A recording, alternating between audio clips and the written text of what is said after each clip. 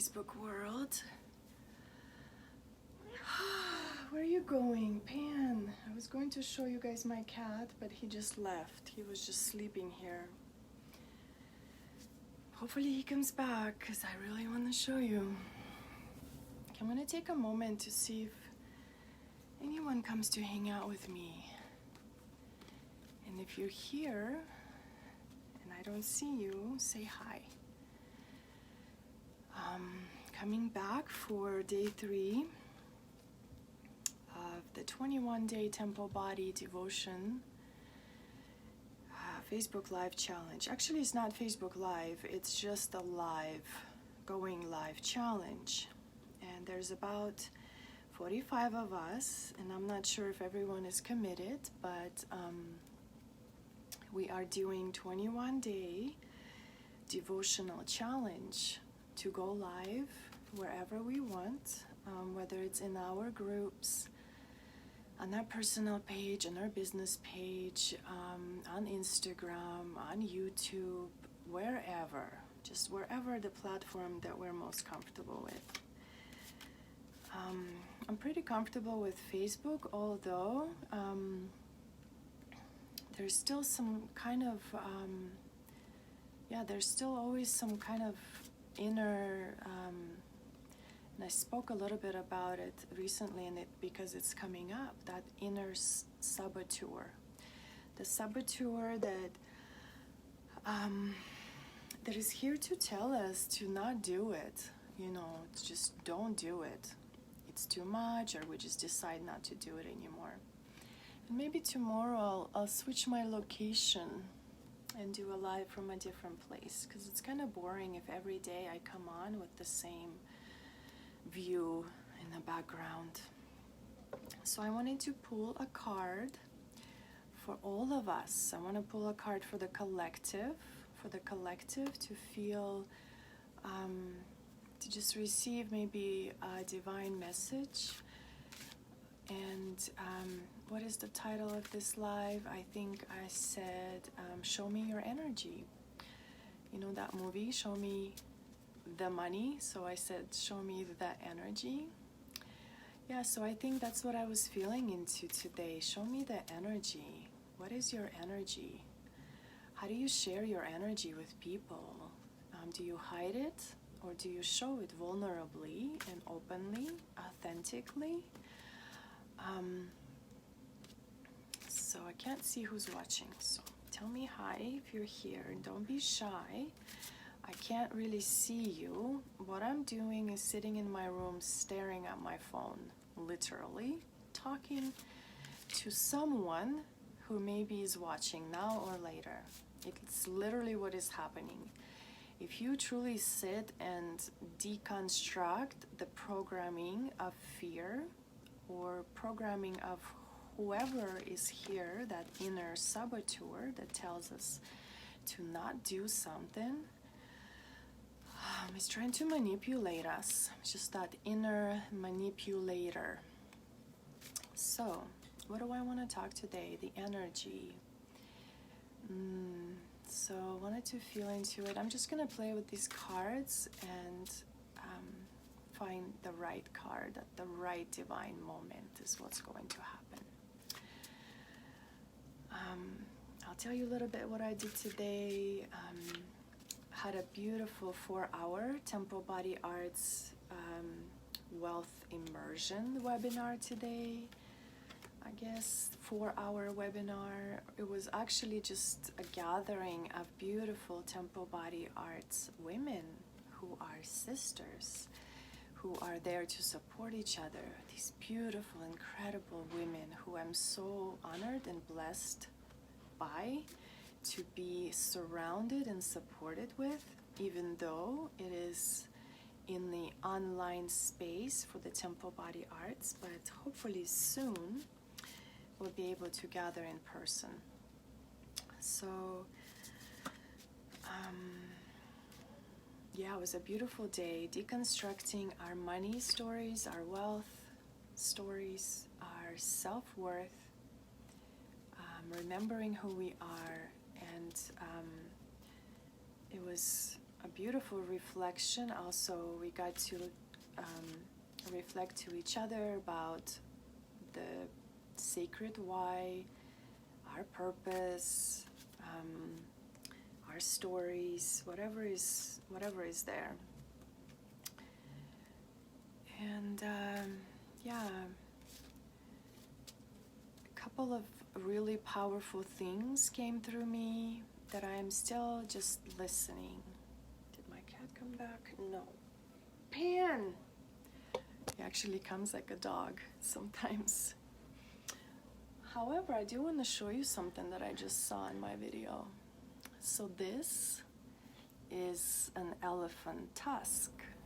And I know this is probably legal in the United States. So I brought it from Russia.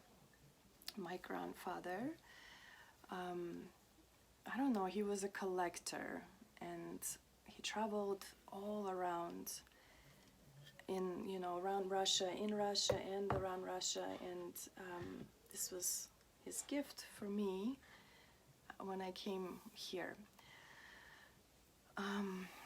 So I just feel like it's a gift of Ganesha. In the story of Ganesha, and Ganesha is an elephant-headed deity in the Hindu mythology, who is the Lord of removing obstacles. He removes the obstacles as well as he places the obstacles. So in his myth and the story, he actually breaks his tusk, and he actually breaks it to throw it at the moon, because the moon was laughing at him when he fell down and dropped all his belongings. And the moon fell down, and there was this darkness upon the earth, and all the gods and goddesses and people of the earth and all the demons, they all started complaining because it was too dark. And so eventually the moon returned, and it began to go through the phases where before it was just shining. So now the moon came back to shine and also to go into the dark. So much symbolism behind all of this. And however, the tusk, which it's not the sharp end of a tusk, but this tusk still represents to me such wisdom and also wholeness. In the story of Ganesha, he ends up using his tusk to write Mahabharata. And Mahabharata is, the stories and the myths of the ancient Vedic times. And so the point and the symbolism of this story is that we go from woundedness to wholeness, and what once may have been a curse becomes a verse. So using the tusk, he was able to write the wisdom of a sage into 1,000 verses, 1,000 or 100,000. I might not be very knowledgeable in how many verses there is, but Mahabharata are incredible. And I listened to that book, and it's incredible. It actually also has Bhagavad Gita right in the middle of it. So it's just really, really incredible. Okay, I think I'm going to pull a card. Of course, it's Inanna. And Inanna is actually the archetypal goddess that I'm currently working with in my shadow magic course. So what I also want to add about Ganesha, it's getting hot in here, and my cat just got here. So I will show you my cat. So, oh, he's stretching. This is my Sphinx cat, Pan. His name is Pantera, but we call him Pan. He actually has many different nicknames. Pantera is his name. His nicknames are Pancake, Panwich. I don't know if his Pandora could be another one. Mr. Panson. Oh my gosh, we had a list at one point, and I want to tell you this one last nickname of him, Pandemic, which is kind of sad, but we use all the words that begin with pan, and we just think of a cute nickname for him, and he's just really chubby. And the best cats ever, Sphinx cats. Oh my gosh. Sometimes I feel like they're just my guardians or something. And they're hyperallergenic. They're hyperallergenic, and okay, he's going somewhere. If you have allergies on cat hair, this is perfect. My daughter has allergies, and she doesn't have allergies on him, just very slightly. So, this card, okay, I didn't finish the Ganesha. Okay, I'm all over the place, but that's fine. It's just, it is what it is. The Ganesha itself is that energy within us that propels us through any obstacles. This is exactly what it's about today. Day 3 of my Facebook Live challenge, the Temple Body Arts, and I'm already feeling, oh my gosh, I have like 18 more days to do. 18 more days. How is this even possible? 18 more days of Facebook Lives? What am I going to talk about? You know, that inner saboteur comes up. So the energy of Ganesha is when is the truly energy within that comes in and removes those obstacles in the form of inner saboteur. So it's not some elephant person somewhere in the magical place. It is, but it's our inner energy that moves us, that propels us, that doesn't let us quit. No matter with what kind of sadness and depression and disappointment and frustration and worry and overwhelm and anxiety that we may wake up. And oftentimes I will wake up with just this sense of, I don't know, отчаяние in Russian. I can't think of it. It's almost like losing hope, losing all hope. And this is where we can really harness those energies of an archetypal Ganesha, for example, to move us through the obstacles. That yes, I have 18 more days of this, and I'm so grateful, and I'm so privileged to be able to speak and use my voice and to express whatever comes through. And I know that by showing up and showing up and showing up, I am just simply I'm just writing it. I'm flowing through, I'm writing it. And I am guided. And this is like divine guidance. Inanna was the card that I just pulled for us. She is deep in the descent right now. Inanna, she is the goddess of heaven and earth. She has descended into the underworld. She is in the underworld. Our whole our whole humanity is in the underworld right now.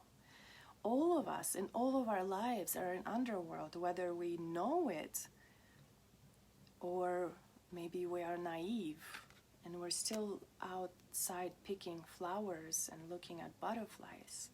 And nothing is wrong with doing that, but I'm just speaking about that true divine guidance So my cat is now laying on my lap, right there. Fanny. Okay, I'm obsessed. Maybe you will be too obsessed with my cat for the next 18 days. I know people do 365 days lives, so, and there's always going to be something to speak about, just because we're all awakening, we're all reawakening to our consciousness, to our energy. This is where we realize that our energy is what is desired and wanted. You know, I have people messaging me who want to work with me, and when I ask them what they would like, they really don't care.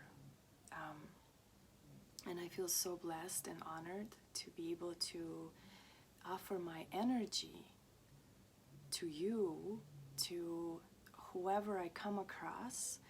And I feel so blessed and grateful to be able to do that, because by doing that, I am writing the divine. I am literally, today this word dropped in, I'm going to say it, I am literally the divine's escort. I am the divine's escort, because I am going hand in hand with the divine, and I am escorting the divine in everything that the divine wants me to do and to bring and to fulfill in my life, for myself, for my children, for my family, for wherever my service goes. And so it's just to feel and to find this divine energy, and it may show up for you in many different ways. For you, it might not be the word divine, okay? It just works for me. People use God. I don't use the word God. I grew up in atheist Soviet Russia, and growing up, there was no religion. The churches were museums. The churches were like to go to look at a beautiful object of history, a beautiful sculpture type of a building that you couldn't even, it was just, no one was there. And if anyone was there, it would be old grandmothers with scarves, and beggars outside of the churches, not homeless. Like, I don't ever remember seeing homeless people, but like beggars. It's like their actual purpose work to go and to get the money, and then they would take some of the money to the church, I suppose, because it's just right by the church. Anyway, why was I even talking about that? But we're awakening, we're all reawakening to this higher consciousness. I mean, you can call it higher consciousness, the divine energy, God, goddess, whoever. And I feel, and I've spoken about this before, the true point of reawakening is to not create idols, is to not worship any idols outside of ourselves, but to turn in and know that a true guide is within. And if your true guide inside is called the divine, God, goddess, Ganesha, or Inanna, whoever that is, you choose what resonates with you, because we're all so different, and we all have our own specific, individual, unique roles in what we're here to bring, what frequency we're here to bring to the whole, to complete or to benefit the whole process of reawakening upon the planet that is happening right now, while we're all in this underworld, awakening and releasing and shedding all the shit that did not serve us in any way in our lives, whether it's fear, shame, guilt, grief, any kind of pain and suffering, attachments, delusions, abandonment, whatever toxic behaviors that we have taken upon ourselves because in our lives we were misled or not guided or taught or shown. So this is the place in the underworld where we truly release. And Inanna, she truly knows her way into the dark because her heart was broken and she went to look for the medicine to heal her own heart. And in finding that medicine, she also was able to be reborn and to rise with so much more clarity and integration and power to show others that what we're here to do and remind others that the time in the underworld is only temporary, and we will all come out towards the light in our own different paths and ways. Yeah, okay.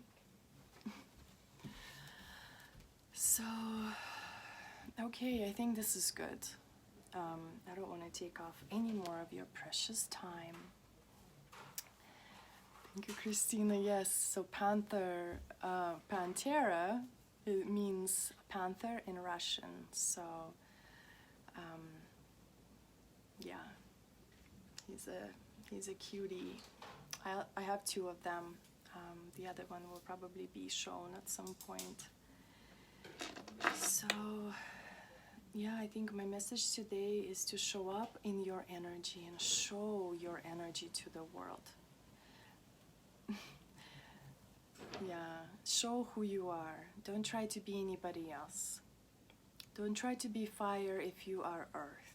Don't try to be water if you are air.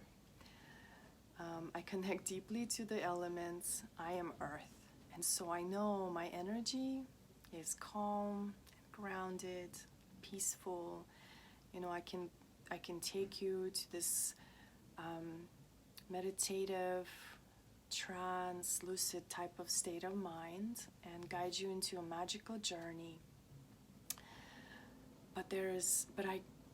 And I can maybe fire up, and I can flow, and I can fly, but truly my magic lies in my earth energy. So show your energy. Don't try to be like anyone else. And yeah, be in devotion. Such a beautiful path and such a beautiful expression. Be in devotion to your own soul. Because we often are in devotion to something else external. And we often forget about ourselves. And a lot of people may not agree. And that's okay. We all find our own divine path and divine way. So, yeah, would love to see your energy and make it an experience. Create an experience each time you show up. Because otherwise, what's the point? What's the point? And your experience is going to be completely different than anyone else's. Anyway, I'm going to be back tomorrow. And maybe I'll see some of you again. And let me know if you're here. Just give me a heart.